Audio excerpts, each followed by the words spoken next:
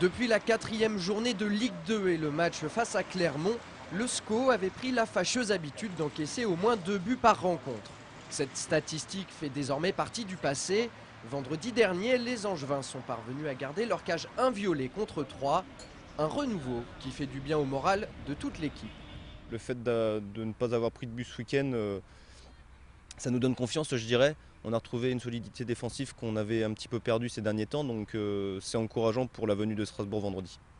La confiance, c'est sans doute ce qu'il manquait aux scoïstes depuis plusieurs semaines. Alors le fait d'en avoir retrouvé avant la venue de Strasbourg vendredi prochain, ça, c'est une sacrée bonne nouvelle pour Angers. Par contre, la moins bonne nouvelle, c'est que le SCO rencontre de réelles difficultés à concrétiser ses occasions de but.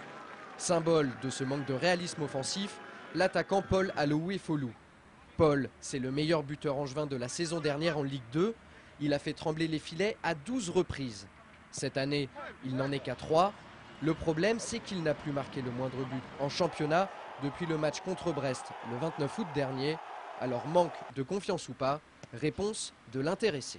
Manque de confiance, peut-être, mais il ne faut pas se focaliser sur ça parce que chaque année, il y a toujours un moment où on passe à vide, mais ça ne veut pas dire que pour autant qu'on est mauvais. Parce que je me rappelle l'année dernière, j'ai eu aussi un coup d'arrêt où j'ai fait, je ne sais pas, 3 ou 4 mois sans marquer, mais ça ne veut pas dire que j'étais mauvais. Et après, il faut surtout se dire, c'est bien déjà d'avoir les occasions. Et je crois que jusqu'ici, je les ai toujours.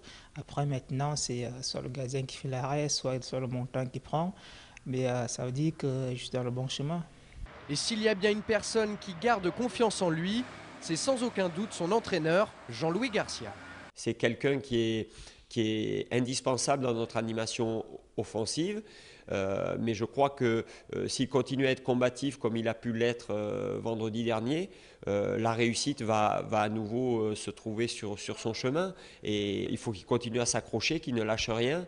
Et vous savez, il suffit des fois d'un ballon détourné pour retrouver la réussite. Il y a ce côté irrationnel au football qu'on ne maîtrise pas, mais il faut savoir provoquer cette chance, cette réussite en ne lâchant jamais rien.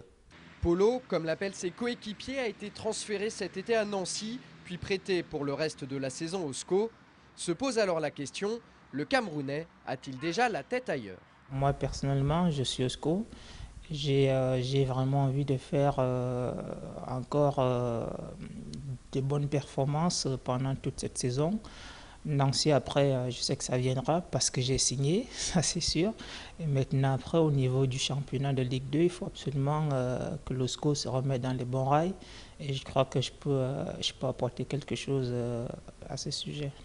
Contre Strasbourg, Paul Aloué-Folou aura certainement à cœur de faire taire les critiques en retrouvant le chemin des filets.